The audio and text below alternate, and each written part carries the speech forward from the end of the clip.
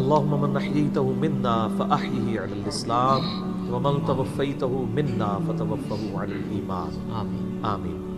کل نفس ذائقۃ الموت، یہ قرآن حکیم میں کئی دفعہ یہ آیت ریپیٹ ہوئی ہے کہ ہر جان کو موت کا مزہ چکھنا ہے، اور یہ بات بالکل طے ہے کہ ہر شخص کی موت کی جگہ، ٹائم، سیکنڈز تک اللہ تعالیٰ نے ڈیفائن کر دی ہے اس کی تقدیر میں، وہ آگے پیچھے نہیں ہو سکتی، نیور، ناٹ ایٹ آل۔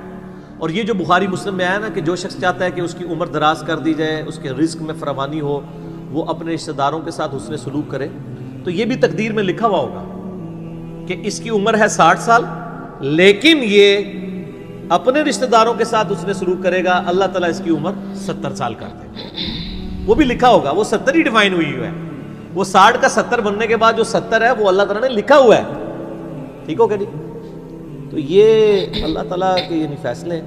قرآن حکیم بالکل واضح ہے، سورہ آل عمران میں آتا ہے کہ جب غزوہ احد کے موقع کے اوپر منافقین نے کہا نا کہ ہم نے اپنے بھائیوں کو منع کیا تھا کہ احد کے میدان میں نہ جاؤ ورنہ قتل ہو جاؤ گے، تو اللہ تعالیٰ نے فرمایا اگر ان کی موت کا وقت آ چکا ہوتا یہ خود کھینچے چلے جاتے اپنی مقتل گاہوں کی طرف، یہ اپنے آپ کو روک بھی نہ پاتے۔ پھر سورہ نساء میں آیا کہ تم اپنے آپ کو مضبوط قلعوں میں بھی بند کر لو نا، موت تمہیں وہاں پہ بھی آ کے جائے گی، وہ موت کو آپ ٹال نہیں سکتے، ایک لمحہ نہ آگے ہوگی نہ پیچھے۔ سورہ لقمان کے بالکل اینڈ میں آتا ہے نا کہ 5 علوم اللہ تعالیٰ کے ساتھ خاص ہیں، ان میں ایک ہے کہ کوئی جان نہیں جانتی کہ اس کو کس زمین میں موت آئے گی، ہاں اللہ تعالیٰ وحی کے ذریعے بتا دے، جیسے مسلم شریف میں حدیث ہے نبی صلی اللہ علیہ وآلہ وسلم نے غزوہ بدر سے ایک دن پہلے زمین پہ لکیریں کھینچ دی تھی بدر کے میدان میں، یہاں کل ابو جہل کی لاش ہوگی، یہاں عتبہ کی ہوگی، یہاں امیہ ابن خلف کی ہوگی۔ سر اب آپ عمر سیریز دیکھیں نا، وہاں آپ کو لاشیں پڑی ہوئی نظر بھی آئیں، ٹھیک ہو گیا جی؟ تو یہ آپ صلی اللہ علیہ وآلہ وسلم نے پہلے ڈیفائن کر دی تھی ساری چیزیں، تو یہ اللہ تعالیٰ نے آپ کو وحی کے ذریعے بتایا تھا، اللہ تعالیٰ بتا سکتا ہے اپنے پیغمبر کو، تو واقعی موت کا وقت مقرر ہے، وہ ٹل نہیں سکتا۔ لیکن اس پہ یہ بھی سوال ہوتا ہے کہ اگر کوئی شخص کسی کو قتل کر دے تو پھر اس کا کیا قصور ہے؟ وہ اللہ تعالیٰ کا ایک قانون ہے، اس نے مرنا تو تھا، اس میں کوئی شک نہیں ہے، لیکن دنیا میں اللہ تعالیٰ نے رولز اور ریگولیشن کے ساتھ دنیا کو جوڑا ہوا ہے۔ سورۃ البقرہ میں آیا کہ قصاص میں انسانیت کی زندگی ہے، سورۃ المائدہ میں آیا جس نے ایک جان کو ناحق قتل کیا اس نے پوری انسانیت کو قتل کیا، اور جس نے ایک شخص کی جان بچائی پوری انسانیت کی جان بچائی۔ لہٰذا یہ جو کوئی کسی کو قتل کرے گا تو قرآن میں ہے قصاص کے اندر انسانیت کی زندگی ہے۔ انسانیت 2 چیزوں میں چل رہی ہے، احترام جان اور احترام مال۔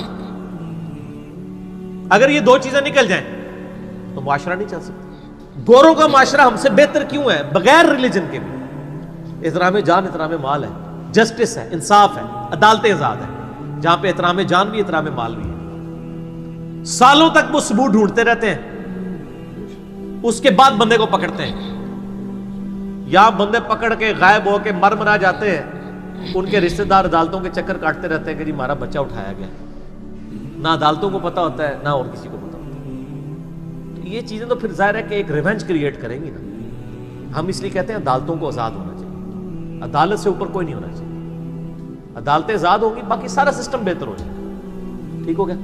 تو یہ یعنی اللہ تعالیٰ نے وقت مقرر کر دیا ہے، وہ آگے پیچھے نہیں ہوگا۔ اور آپ دیکھتے ہیں کتنے لوگ موت کے منہ سے واپس آ جاتے ہیں۔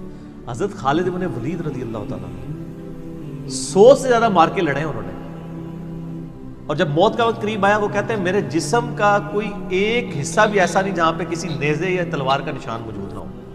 یہ عمر سیریز میں انہوں نے ان کی موت کا وقت فلمایا ہے، ابو دردہ ان کے پاس بیٹھے ہوئے ہیں اور وہ کہتے ہیں دیکھ لو اگر موت میدان جنگ میں آنی ہوتی نا ابو دردہ تو میرے جسم کا ایک حصہ بھی ایسا نہیں جہاں پہ کوئی زخم نہ ہو، اور میں ایک بوڑھے اونٹ کی طرح بستر مرگ پہ مر رہا ہوں۔ میدان جنگ میں نہیں شہادت ملی، شہادت اتنی آسانی سے نہیں مل جاتی انسان کو، وہ اللہ تعالیٰ جس کے لیے ڈیفائن کرے گا۔ باقی یہ کہ اللہ تعالیٰ نے ان کو ایک فضیلت دی کہ وہ اللہ کی تلوار تھی، ظاہر تلوار تو ٹوٹ نہیں سکتی تھی، تو جو لوگ اللہ کے لیے زندگی گزارے وہ عام حالت میں بھی مرے اللہ تعالیٰ ان کو شہادت کو عطا فرما دیتا ہے۔ میدان جنگ میں جانے سے موت نہیں آتی، کتنے لوگ موت کے منہ سے واپس آتے ہیں، اور سر ایئر کریش میں لوگ بچ گئے ہوئے ہیں، اور تو اور چھوڑ دیں جہاں پہ کوئی انسان امیجن نہیں کر سکتا، کئی بم پھٹتے ہیں بندے مر جاتے ہیں، کسی عورت نے بچہ اٹھایا ہوا ہے، بچہ سیدھا سلامت مل جاتا ہے وہاں سے. یہ اللہ کے فیصلے ہیں کس کے لیے کیا زندگی رکھی ہے. وہ اسی لیے کہا جاتا ہے نا کہ مارنے والے سے جو بچانے والا جو ہے نا وہ بڑا ہے. یعنی وہ ویسے تو مارنے والا بھی اللہ ہی ہوتا ہے، لیکن وہ اس حوالے سے کہا جاتا ہے کہ دنیا میں اگر کوئی سمجھتا ہے نا کسی شخص کو مار سکتا ہے تو، اور اگر اللہ نے اس کی موت نہیں لکھی ہوئی تو نہیں ہے. موت انسان کی زندگی کی حفاظت کرتی ہے. سر میری سب سے بڑی محافظ میری موت ہے. اگر میری موت لکھی ہوئی ہے نا 2050 کے اندر، پوری دنیا مل کے بھی مجھے 2049 میں بھی نہیں مار سکتی.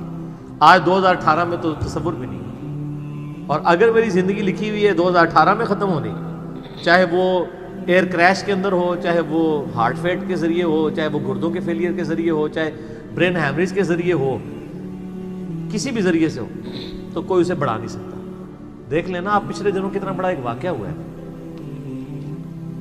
یعنی ہمارے پاکستان میں 3 ٹائمز جو پرائم منسٹر رہے ہیں نواز شریف صاحب، ان کی بیوی 1 سال سے زیادہ وینٹیلیٹر کے اوپر رہی ہے. ان کے پاس پیسے کی کوئی کمی تھی؟ علاج کرانے کا کوئی ایشو تھا؟ سب کچھ کروایا، بچا سکے؟ نہیں. غریب آدمی تو کہتا ہے پیسے ہوتے تھے شاید بچ ہی جاتا. سر جن کے پاس پیسے ہیں وہ بچا کے بتاتے ہیں. موت کا وقت لکھا ہوا ہے سر، کوئی نہیں ٹال سکتا. صرف پیغمبر کے بارے میں بخاری مسلم میں آتا ہے، عائشہ کہتی ہیں کہ نبی صلی اللہ علیہ وآلہ وسلم فرمایا تھا کہ اللہ تعالیٰ انسان جو پیغمبر ہوتا ہے نا اس کے اوپر یہ آپشن رکھتا ہے کہ وہ چاہے تو ہمیشہ کے لیے زندہ رہے، چاہے اسے موت آ جائے. پیغمبر کے علاوہ کسی اور کے لیے یہ فضیلت نہیں ہے. اور کہتی ہیں کہ بخاری مسلم دونوں میں نے وفات النبی پہ مسئلہ 163 بھی ریکارڈ کروایا، اس میں نے بتایا تھا کہ عائشہ کہتی ہیں نبی صلی اللہ علیہ وآلہ وسلم اپنے موت کے وقت بار بار اوپر سر مبارک یعنی اٹھاتے تھے اور کہتے تھے اللہم الرفیق الاعلیٰ. تو کہتی ہیں کہ میں نے جان لیا کہ حضور اپنی صحت مند زمانے میں کہا کرتے تھے کہ موت کے وقت نبی کے اوپر پیش کیا جاتا ہے، چاہے تو وہ دنیا میں رہے چاہے اسے موت آ جائے. تو مجھے لگتا ہے کہ نبی علیہ السلام پہ اس وقت آفر وہ پیش کی جا رہی ہے اور آپ کہہ رہے ہیں اللہ مجھے رفیق الاعلیٰ کے ساتھ ملا لے. تو میں نے کہا مجھے اب پتہ چل گیا کہ آپ صلی اللہ علیہ وسلم کو یعنی وفات ہو جائے گی آپ کی. یہ نبی کے لیے خاص ہے اور کسی کو کوئی آپشن نہیں ملتا. وہ بخاری مسلم میں موجود ہے نا حدیث، حضرت موسیٰ علیہ السلام کے پاس حضرت اسرائیل علیہ السلام. اسرائیل کا لفظ تو یعنی تفسیر تبری میں اور یہودیوں کے ہاں ملتا ہے، یہ بین اہل سنت کے ہاں بھی رناؤنڈ ہے. اصل میں لفظ ہے ملک الموت. دونوں لفظ ٹھیک ہے. ملک الموت علیہ السلام حضرت موسیٰ علیہ السلام کے پاس گئے، انہوں نے آگے سے تھپڑ مار دیا، ان کی آنکھ نکل گئی، انسانی شکل میں آئے تھے. تو وہ اللہ تعالیٰ کے پاس شکایت لے کے گئے کہ تو مجھے اس شخص کے پاس بھیج رہا ہے کہ جو مرنا نہیں چاہتا. اللہ تعالیٰ نے فرمایا اس کو جا کے کہو کہ تم جو ہے وہ بیل کی پشت کے اوپر ہاتھ رکھو، تمہارے ہاتھ کے نیچے جتنے بال آ جائیں گے نا اتنے سال بھی زندگی تمہاری اور بڑھا دی جائے، سینکڑوں سال. تو حضرت موسیٰ نے کہا اس کے بعد موت، کل نفس ذائقۃ الموت، موت تو سب کو آنی ہے، ایک ہی ہے جسے موت نہیں آنی. یا حی یا قیوم برحمتک استغیث، اے خود سے زندہ اور ہر چیز کو تھامنے والے، باقی وہ سب کو موت آنی ہے. تو انہوں نے کہا پھر بعد میں آنی ہے تو ابھی کیوں نہیں؟ موت نہیں کوئی ٹال سکتا سر، ورنہ پیغمبروں کے لیے ٹل جاتی. وہ پیغمبروں کو جو آفر بھی لگائی گئی ہے وہ یہ نہیں ہے کہ ہمیشہ زندہ رہیں گے، نہیں، قیامت تک. قیامت میں تو سب کو موت آ ہی جانی ہے، ٹھیک ہے. اور پھر ایک وہ وقت بھی ہوگا جب اللہ تعالیٰ پوچھے گا لمن الملک اليوم، تو کوئی جواب دینے والا نہیں ہوگا، سب کو موت آ چکی ہوگی. سارے فرشتے، جنات، انسان، مخلوقات، اللہ خود ہی جواب دے گا للہ الواحد القہار. سورہ المومن میں آتا ہے آج کے دن اس واحد قہار کی حکومت ہے. پھر اللہ تعالیٰ پوچھے گا کہاں ہے آج وہ جابر حکمران، بڑے بڑے بادشاہ کدھر ہیں؟ تو اللہ کے لیے کوئی مسئلہ ہے کسی کو یعنی پلک جھپکنے میں مسل دینا؟ تو موت اللہ تعالیٰ نے ڈیفائن کی. اور موت کیا، آپ کو جو تکلیفیں پہنچتی ہیں سر وہ بھی ڈیفائنڈ ہے. قرآن میں وَلَنَبْلُوَنَّكُمْ بِشَيْءٍ مِّنَ الْخَوْفِ وَالْجُوعِ وَالنَّقْصِ مِّنَ الْأَمْوَالِ وَالْأَنفُسِ وَالثَّمَرَاتِ. ہم ضرور تمہیں آزمائیں گے تھوڑے سے خوف سے، بھوک سے، جان اور مال میں نقصان سے، پھر چیک کریں گے کون ہے صبر کرنے والا. اور جو صبر کرنے والا ہے اذا اصابتهم مصیبت قالوا انا للہ وانا الیہ راجعون. تو پھر ان لوگوں کے ساتھ اللہ تعالیٰ ہوتا ہے جو کہتے ہیں ہم بھی اللہ کی طرف سے آئے تھے، اللہ کی طرف چلے جائیں گے، یہ تکلیف بھی آئی تھی الٹیمیٹلی تو چلی جائے گی نا. ان اللہ مع الصابرین، اللہ تعالیٰ صبر کرنے والوں کے ساتھ ہے. اس حوالے سے ایک آیت قرآن حکیم کی بڑی کرٹیکل ہے، مجھے ضمناً یاد آ گئی، سورہ الحدید کے اندر ہے، بہت کرٹیکل آیت ہے، اور یہ ٹاپک قرآن حکیم میں صرف سورہ الحدید کے اندر ہی ایڈریس ہوا ہے، اور جس طریقے سے یہ شد و مت کے ساتھ بیان ہوا ہے نا، آیت نمبر 22-23، اعوذ باللہ من الشیطان الرجیم، ما اصاب من مصیبت فی الارض، کوئی مصیبت بھی زمین میں نہیں آتی، ولا فی انفسکم، اور نہ تمہاری جانوں میں، یعنی زمین پہ جتنے زلزلے آتے ہیں، طوفان آتے ہیں، سونامی آتے ہیں، قحط پڑتا ہے، یہ جتنے بھی عذاب آتے ہیں یا تکلیف آتی ہیں، اور نہ تمہاری جان میں، یعنی کسی کو کینسر ہوتا ہے، کسی کے گردے فیل ہوتے ہیں، کسی کی آنکھ ضائع جاتی ہے، کسی کے اوپر فالج کا اٹیک ہو جاتا ہے، کسی کو ہارٹ اٹیک ہوتا ہے، اللہ تعالیٰ فرماتا ہے یہ ساری تکلیف چاہے زمین پہ ہیں یا تمہاری جانوں پہ ہیں، الا فی کتاب من قبل ان نبرأها، وہ تو پہلے ہی ہم نے لوح محفوظ پہ لکھی ہوئی ہے، اس سے پہلے کہ ہم ان کو بھیجے، ڈیفائن ہے، ہونا ہے کہ فلاں تاریخ کو اتنے بجے اس کے ساتھ یہ ہوگا، یہ ڈیفائن ہے۔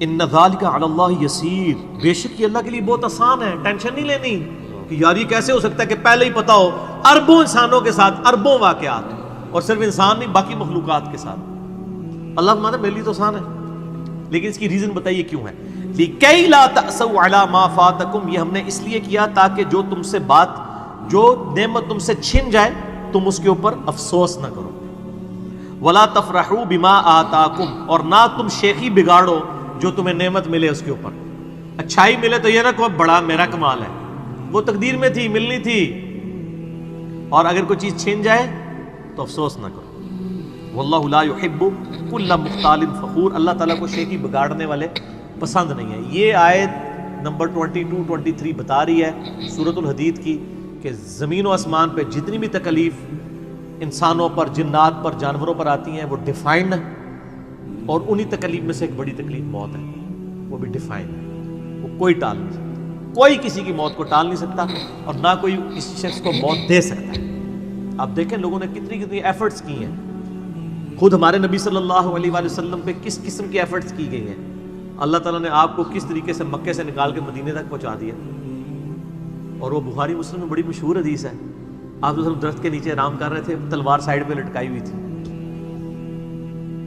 ایک عرابی آیا دشمن، اس نے موقع غنیمت جانا کہ آپ سوئے ہوئے ہیں، اس نے تلوار اٹھائی اور نبی صلی اللہ علیہ وسلم کے یہاں پہ رکھ دی اور کہا محمد آج تجھے میرے ہاتھوں سے کون بچائے گا؟ تو نبی صلی اللہ علیہ وسلم نے کوئی کانفیڈنس لوز نہیں کیا، ان کو پتا تھا والذی ارسل رسولہ بالہدی ودین الحق لیظہرہ علی الدین کلہ، اللہ نے اپنے نبی کے پیچھے اللہ ہے، ان کا اللہ بچائے گا، اللہ جب سنا اس کے ہاتھ کانپنے شروع ہو گئے، اس کے ہاتھ سے تلوار ہی گر گئی، نبی علیہ السلام نے وہ تلوار اٹھائی اور کہا اب تجھے میرے ہاتھوں سے کون بچائے گا؟ یہ بخاری مسلم دونوں میں یہ واقعہ ہے۔ اس نے کہا سنو آپ تو معاف فرمانے والے ہیں، درگزر فرمانے والے ہیں، تو یعنی آپ کے وہ حسن اخلاق سے پھر متاثر ہوا، مسلمان ہو گیا۔ مسئلہ یہ ہے کہ یہ کانفیڈنس آپ کو ہونا چاہیے۔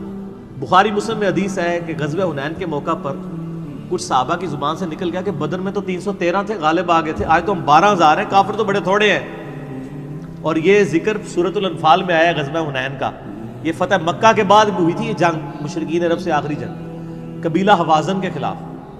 اللہ کا ماتا جب تم نے یہ جملہ بولا نا پھر تمہیں بھاگنے کی جگہ نہیں ملتی تھی، حوازن کے لوگوں نے جب تیر چلائے تو 12,000 میں سے صرف 80 بندے نبی علیہ السلام کے ساتھ رہ گئے، باقی سب بھاگ گئے۔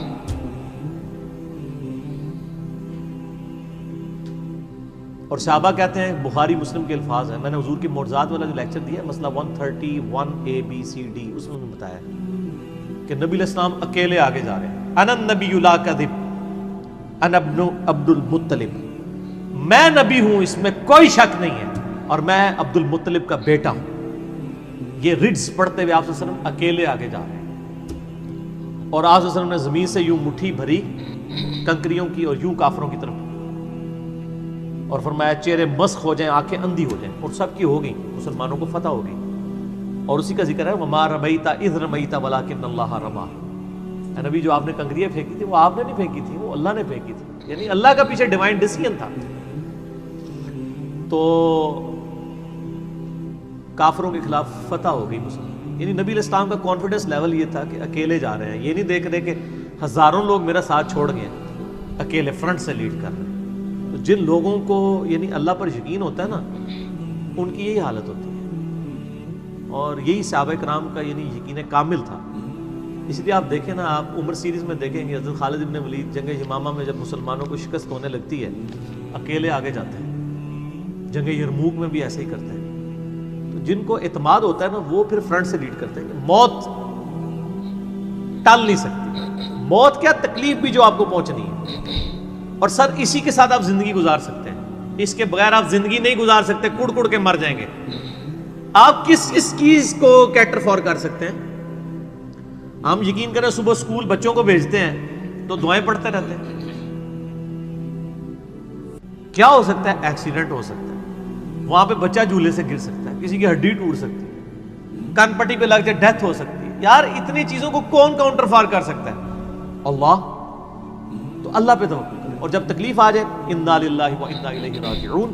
صحیح مسلم میں حدیث ہے, نبی صلی اللہ علیہ وآلہ وسلم نے فرمایا, جو شخص تکلیف کے وقت فوراً پڑھ لے انا للہ و انا الیہ راجعون اللہم اجرنی فی مصیبتی و اخلف لی خیرا منہا, اللہ تعالیٰ اس کو اس کا بہتر نعم البدل عطا فرما دے گا. میرے یوٹیوب پہ کلپ بھی ہے اس دعا کے اوپر, مصیبت اور پریشانی کے حوالے سے یعنی بہتری کے لیے دعا, یہ کر کے لکھیں تو آپ کو کھل جائے گا. یہ آپ کو مشکات میں کتاب الجنائز چیپٹر میں پہلی جلد میں دعا مل جائے گی صحیح مسلم کے حوالے سے. ام سلمہ کہتی ہیں کہ جب میرا خامن فوت ہوا تو میں نے یہ فوراً دعا پڑھ لی, انا للہ و انا الیہ راجعون, ہم بھی اللہ کی طرف سے ہیں, اس کی طرف لوٹ کے جانے والے ہیں. اللہم اجرنی فی مصیبتی, اے اللہ مجھے اس مصیبت میں بہتر اجر عطا فرما, واخلف لی خیرا منہا, اور مجھے اس سے بہتر بدلہ عطا فرما دے. کہتی میں دل میں سوچ رہی تھی کہ اس سے بہتر مجھے خامد کیسے مل سکتا ہے. ابو سلمہ سے بہتر تو انسان حضور کے صحابہ میں بھی کوئی نہیں ہے. عدت گزاری تو نبی علیہ السلام نے رشتے کا پیغام بھیج دیا, ام المومنین بن گئی. اور ہماری یہ وہ ماں ہے جو سب سے آخر میں فوت ہوئی ہیں, واقعہ کربلا کے بھی بعد فوت ہوئی ہیں. ام سلمہ, واقعہ کربلا ان کی زندگی میں ہوا ہے, ام سلمہ رضی اللہ تعالی عنہا. تو یہ دعا یاد کریں, انا للہ و انا الیہ راجعون. اتنا حصہ تو قرآن میں ہے, باقی صحیح مسلم میں اللہم اجرنی, اللہم اجرنی, یہ جھٹکے سے پڑھنا ہے. اللہم اجرنی فی مصیبتی واخلف لی خیرا منہا.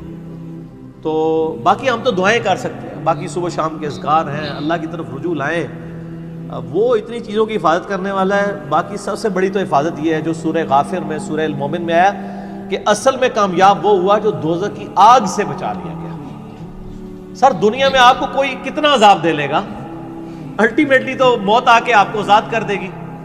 جب فرعون کے دربار میں وہ جو جادوگروں نے کلمہ پڑھ لیا تھا تو اس نے کہا تم نے میری اجازت کے بغیر پڑھ لیا, میں تمہیں تمہارے مخالف سمت کے ہاتھ پاؤں کٹوا کے تمہیں سولی پہ چڑھا دوں گا. تو انہوں نے کیا کہا تھا؟ انہوں نے کہا تو جو کچھ دے گا دنیا کی زندگی میں عذاب دے سکتا ہے نا, کوئی شخص کسی کے مرنے کے بعد تو اسے عذاب نہیں دے سکتا نا. وہ لاش تو بس لاش ہی پڑی ہے نا, اصل چیز تو روح تھی نا. تو تیرا اختیار تو دنیا کی زندگی تک ہے. تو یہ کانفیڈنس لیول ہونا چاہیے کہ کوئی کسی شخص کو کتنی تکلیف دے لے گا, موت تو پھر بہرحال تکلیف سے آزادی کا ذریعہ بن جائے گی. اگر پھر اللہ کی مرضی کی زندگی گزاری ہے تو آزادی کا ذریعہ ہے, ورنہ اب تو کہتے ہیں کہ مر جائیں گے, مر کے بھی نہ چین پائے تو کدھر جائیں گے. تو سر یہ لوگ تو کہہ دیتے ہیں نا مر گئی تو جان چھٹی, نہ, مرنے تو بعد جان پھڑی گئی, چھٹی اس کی جس نے دنیا اللہ کی مرضی کی گزاری. جس نے دنیا اپنی مرضی کی گزاری تو اس کی جان تو پھر مرنے کے بعد اور پھنس گئی. ٹھیک ہو گیا جی. تو موت کا وقت مقرر ہے, کوئی نہیں ٹال سکتا.